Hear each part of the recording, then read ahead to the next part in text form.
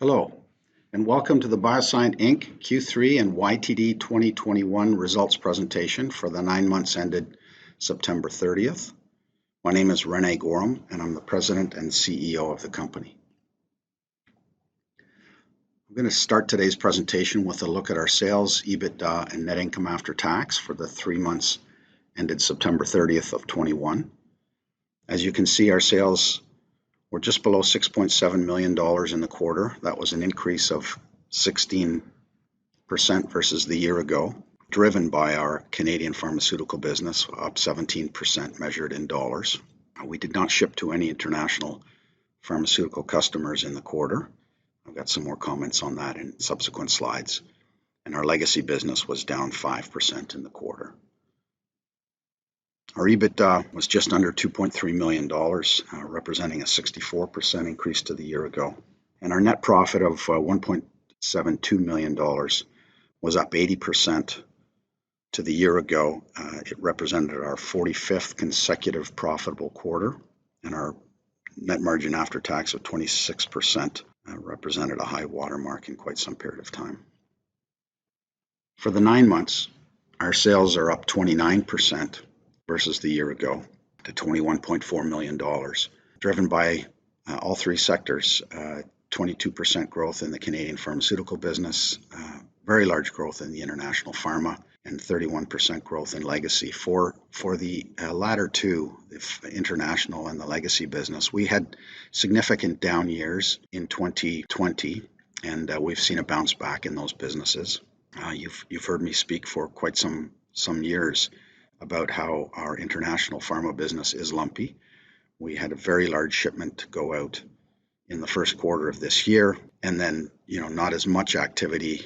Obviously, in the third quarter, no activity. We did make some shipments in Q2.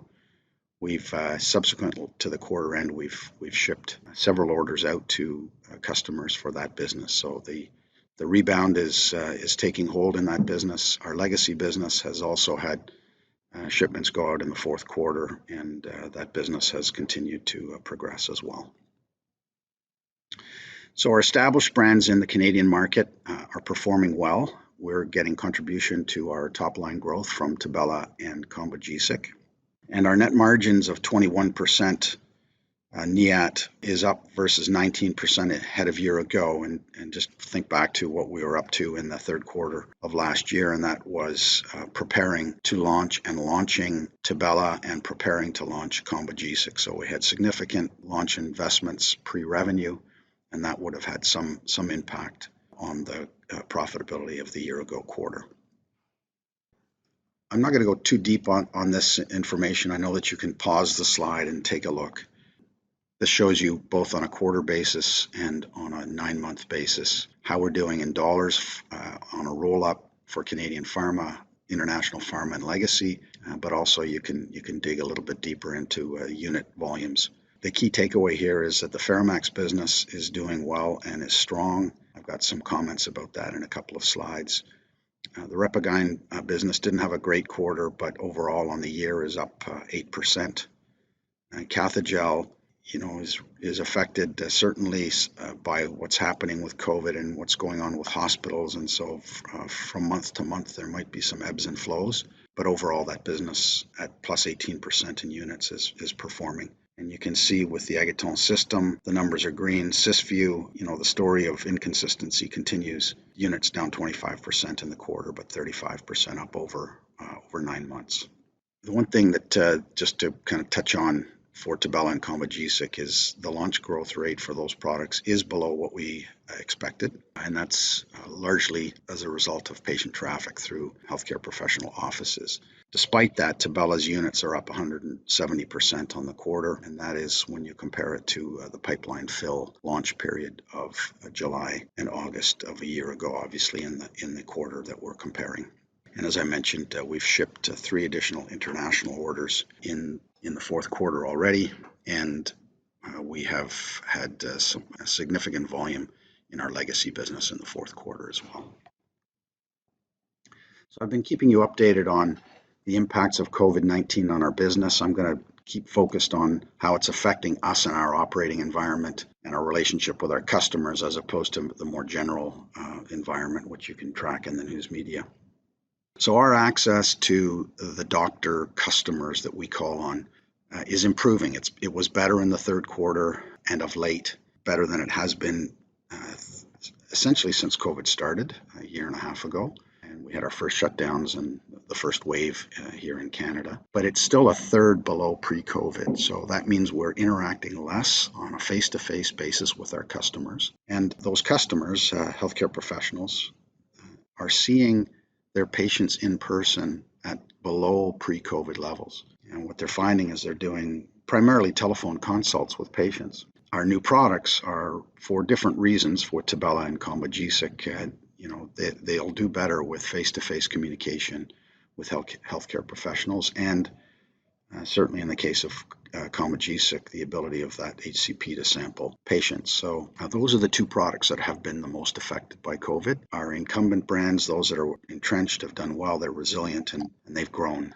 during COVID. And you can see that going back to last year's results and this year, 9 months as well. We have seen of late case counts rising. There's not yet undue pressure on hospitals, other than here and there in some provinces. And, it's a little bit of a fingers crossed mode because there is some uncertainty as we are moving to colder weather. And we're going to stay tuned to see what public health and provincial governments and the federal government, but more provincial governments, what they decide and how what decisions they take over the next 4 to 5 months. What we've learned through COVID is be ready for anything and everything, and try to adapt quickly, not to be entrenched in one mode of operation or doing business or communicating, and to stay flexible with how we're interacting with our customers. We made decisions, I guess in plural, but a big decision in the early days of COVID last year in 2020 to push ahead with a number of launch initiatives that we had on the drawing board. And you can see as our business has progressed through the balance of last year and in through 9 months of this year, I think we made the right decision. We know that the operating environment isn't ideal for us, but we've moved the business ahead, and the company is in a much better position now than it was when we made those challenging decisions to push ahead. I want to update you on the growth drivers in the business. One of them is FeraMAX. As you know, in the fourth quarter of last year, we introduced an innovative product formulation, FeraMAX PD. It's a patented delivery system, polydextrose iron. This was a change in formulation, and it's a formulation platform on which we are innovating with new products, improved products, and other products that are coming to market over the next several years. So this is an internally derived life cycle strategy, and it's being built on the foundation of a brand that's been the number one recommended oral iron supplement in Canada now for 6 years running. Late last year, we launched new FeraMAX Therapeutic 150. Just recently, in October of this year, we launched FeraMAX PD Powder 15. Both of those are reformulations and brand refresh, packaging and product differentiation for existing products. So in the case of FeraMAX 150, it replaced product, and it pretty well has 100% been replaced by now. That same process is underway with PD Powder 15. We have further launch activity that is planned now. Some of it is product that's under development, and some of it is close to being developed. And we see further launch activity for FeraMAX during 2022 and 2023 and perhaps beyond that. That's for the Canadian market. And of course, some of these innovations will see their way into our international business as well, which we hope will give us an opportunity to open up new markets as well. The latest news on Tibella, hormone replacement therapy that we launched late July last year, is that Tibolone, which is the common name of the compound in Tibella, has recently been added to the SOGC Menopause Treatment Guidelines, Society of Obstetrics and Gynecology of Canada. These treatment guidelines have not been updated since, I believe, 2014. So this is big news for Tibella. Not only are we promoting that now to healthcare professionals, but the SOGC is actually promoting it internally amongst those doctors that treat women for menopause symptoms. And finally, as you know, we're in the process of launching and establishing Combogesic in the Canadian market.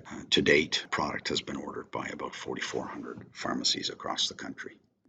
Last quarter, we gave you an update on how we see some changes unfolding in our product portfolio. Decided to focus on higher growth assets where we could earn a better return on investment, and made the decision to return both the Agaton system prefilled syringes and Cysview back to their owners, and that will be concluded at the end of this year. One of the obvious questions, and I have received it a couple of times, is what impact does that have on the top line? And I can tell you that those two products, or three products actually, two brands, three products together represent about 5 or 6% of our top line for this year, how we see the business finishing up this year.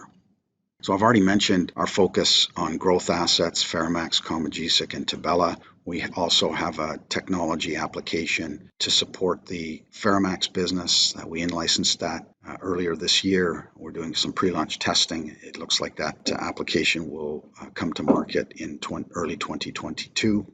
We think it'll be a vital tool to assist us and healthcare professionals in building brand awareness, compliance to medication, treatment success, and therefore increasing share of FeraMAX across Canada, across the various product formats that we have today and that we will have into the future that I mentioned a few minutes ago. We do also have a women's health asset that we are just getting some changes made to the label for Canada, and we'll be slotting that in for commercialization at a later date. So this is a slide that's familiar if you've been following the company or an owner of the company on my quarterly updates. This looks at our cash balance in the blue bars. We're at $27.1 million. At the end of September, that position has advanced, and we expect it to advance further by the end of the year. In other words, advancing to a higher level. As you know, we've been operating the company with zero long-term debt, and we have a significant amount of market cap actually in cash on a per share basis. We've been buying back shares, so that has some impact on our equity. We bought just under 80,000 shares in the 9 months ending September. And you can see on the green line on this chart is our calculation of return on equity. And you see there that it's bounced up from 17% in the year ago to 18%. And that's a reflection of growth and profitability and us managing the amount of capital that is on the balance sheet. So the obvious question is, when you have a strong balance sheet and no debt, what is your plan for capital allocation? How do you think about it? And these are questions that we get with some regularity. And I thought the best way to address that is to put capital allocation in the context of our strategic plan first, to share with you some fundamental thinking, and then how we're kind of acting as we move our business forward. So earlier this year, we updated our strategic plan. So this is a process that we do every several years.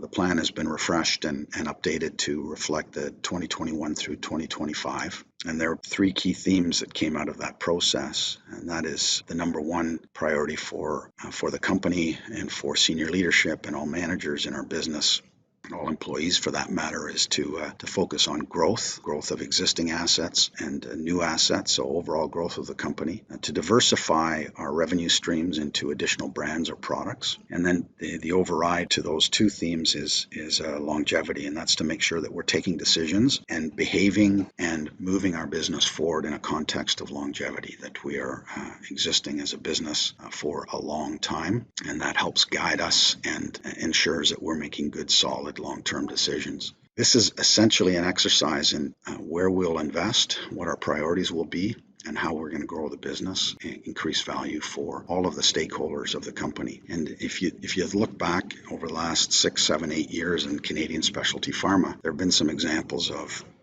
or many examples, I should say, of potentially short-term decision-making or cutting corners. And so what's the net result of that has been some of those companies don't exist anymore, or they've been kind of merged out of existence at valuations that were far below the capital that went into the business. And so we may appear to be moving at a methodical pace, but that is because we're focused on longevity. We do know that we have growth assets in the business, and we are growing the business. If we have capital that we believe is in excess to our strategy, we will turn that to shareholders. So the obvious way to do that is dividends and share buybacks. We have chosen over the last 3 years or so to do it via share buybacks. And I'll just give you an update on our NCIB. So we started buying back shares in December of 2018. And since then, we've repurchased just over 1.7 million shares. That includes just under 63,000 shares that were actually purchased subsequent to quarter end.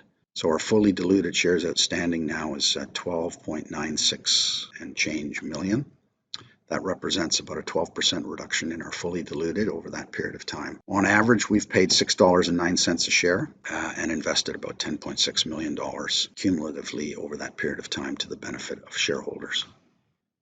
Just before we wrap up the presentation, I just wanted to take a quick look at our earnings per share fully diluted. You see here on a quarter basis going back 8 quarters. The most recent quarter was 13 cents a share. I just wanted to point out to you, did this in the last quarter as well, that included netting off about 3 cents a share of incremental investment in Tabella and Combogesic. Neither of those brands are yet cash flow positive. And so the net effect is, what are we investing in those businesses to those brands to get them going? That works out to about 3 cents a share. That's above and beyond existing sales infrastructure that we would have had in the business when we got going on those 2 brands. So looking back over the last, the trailing 12 months, 4 quarters, we're at 39 cents a share, and that compares favorably to the 32 cents a share in the prior period. Quick look at our cap table. Reflecting the new number of fully diluted common shares. I think you're aware that we have stopped issuing, or we paused issuing share options. In essence, now it's been a couple of years, we haven't issued any new share options, so we do have some outstanding. We are using RSUs as equity compensation incentive for leadership in the business, and the company is using its strong balance sheet to actually buy shares in the open market and holds them in trust till vesting. So that is certainly a shareholder-friendly behavior, and we think that accrues to the benefit of all shareholders and stakeholders in our business. Wanted to thank you once again for your interest in the company, and we look forward to reporting the results of a good quarter that we see that we're in the process of right now, and look forward to sharing that information with you in March when we update full year results. Thank you.